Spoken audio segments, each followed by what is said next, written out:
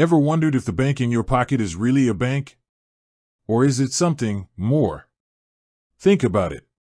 We're doing everything on our phones these days, ordering food, catching up with friends, even managing our investments. So, it makes sense that our banking is evolving too. And that's where companies like Lunar come in. You've probably seen their sleek cards or their user-friendly app. But the big question remains, is Lunar a neobank? To answer that, we first need to understand what a neobank actually is. Forget the traditional brick-and-mortar branches, the long queues, and the sometimes daunting paperwork. Neobanks are digital-first financial institutions.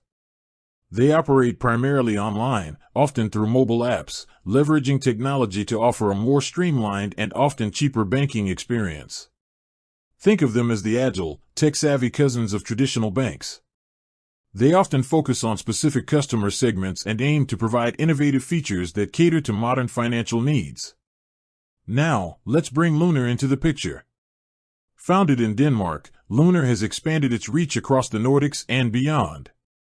They offer a range of services you'd typically expect from a bank: current accounts, debit cards, and even lending products in some markets. Their entire user experience is built around their mobile app, emphasizing ease of use and accessibility. You can open an account in minutes, manage your spending with real-time notifications, and even set budgets to stay on top of your finances. Sounds pretty neobank-y, right? Here's where it gets a little nuanced.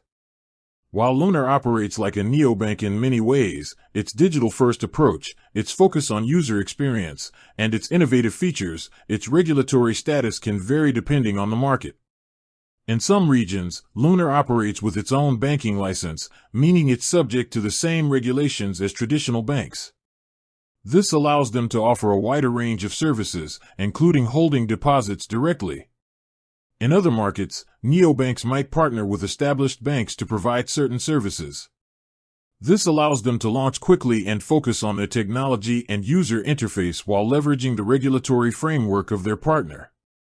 The key takeaway here is that the definition of a neobank isn't always black and white, and the regulatory landscape is constantly evolving.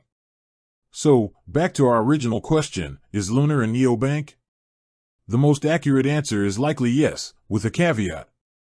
It embodies the core principles of a neobank. It's digital-first, user-centric, and leverages technology to offer modern financial solutions. However, its specific regulatory status and the range of services it can offer might differ depending on where you are. Ultimately, what matters most to you, the user, is the experience. Does Lunar offer the features you need? Is it easy to use? Does it provide a better alternative to traditional banking for your specific needs? These are the questions worth considering. Whether it fits neatly into the neobank label or not, Lunar is undoubtedly part of the evolving landscape of digital finance, offering a fresh perspective on how we manage our money. With that said, thanks for watching, and until next time.